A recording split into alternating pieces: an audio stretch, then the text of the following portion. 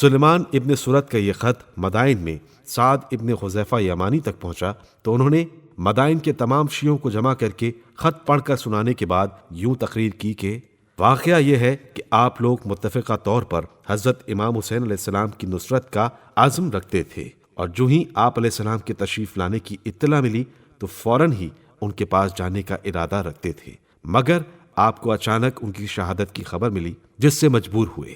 بہرحال اللہ کے یہاں آپ کی نیتوں کا اجر ملے گا۔ اب صورتحال یہ ہے کہ آپ کے برادران دینی اہل باطل سے مقابلے کے لیے آپ کی مدد کے خواستگار ہیں۔ اب غور کرنا ہے کہ اس بارے میں کیا کرنا چاہیے۔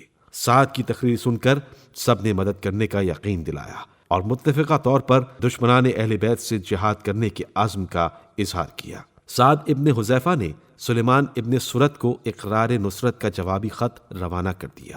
اسی طرح دوسرے علاقوں میں جو خطوط روانہ کیے گئے تھے ان کے بھی مثبت جواب آئے۔ یہ سب کاروائیاں مکمل خاموشی اور خفیہ طریقے سے ہو رہی تھیں۔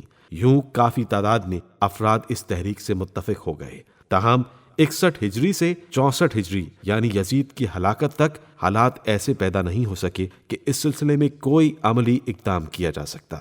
یزید کی موت کے بعد اس تحریک میں زیادہ قوت پیدا ہوئی اور تقریباً اعلانیہ طور پر اس تحریک کا پرچار ہونے لگا، یہاں تک کہ اس تحریک کے اثرات مصر تک بھی پہنچے۔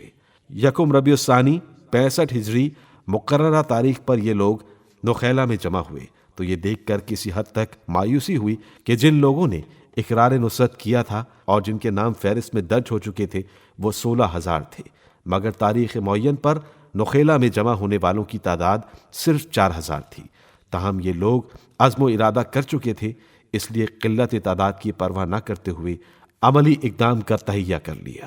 بعض لوگوں کی رائے یہ تھی کہ قاتلان حسین کوفہ ہی میں موجود ہیں، ان سے یہیں پر نمٹنا چاہیے، مگر اس تحریک کی روح رواں سلیمان ابن سرد کی رائے یہ ہوئی کہ امام حسین علیہ السلام کے قتل میں سب سے بڑا کردار ادا کرنے والا قاتل ابن زیاد ہے، جس نے تمام شرائط مصالحت کو مسترد کیا اور یہ کہا کہ جب تک غیر مشروط طور پر امام حسین علیہ السلام بیعت نہ کر لیں ان کو امان نہیں مل سکتی، لہٰذا پہلے اسی سے مقابلہ کرنا چاہیے، جب اس کے خلاف کامیابی حاصل ہو جائے تو پھر کوفہ میں موجود قاتلوں سے نمٹنا مشکل نہیں ہوگا۔